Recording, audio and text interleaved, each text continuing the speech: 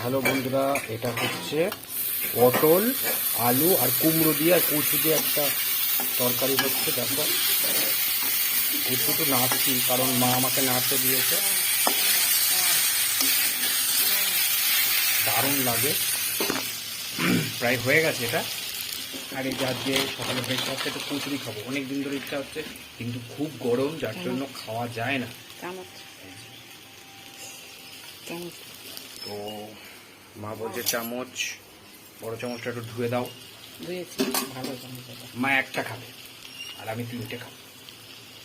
এটা দেখতেই পাচ্ছ, সোয়াবিন দেওয়া আছে আলুর মধ্যে, ডেলিশিয়াস, ভালো লাগে খেতে। কিন্তু কি বলতো বন্ধুরা, এই সমস্ত জিনিস বেশি আবার প্রত্যেকদিন খাওয়া যায় না।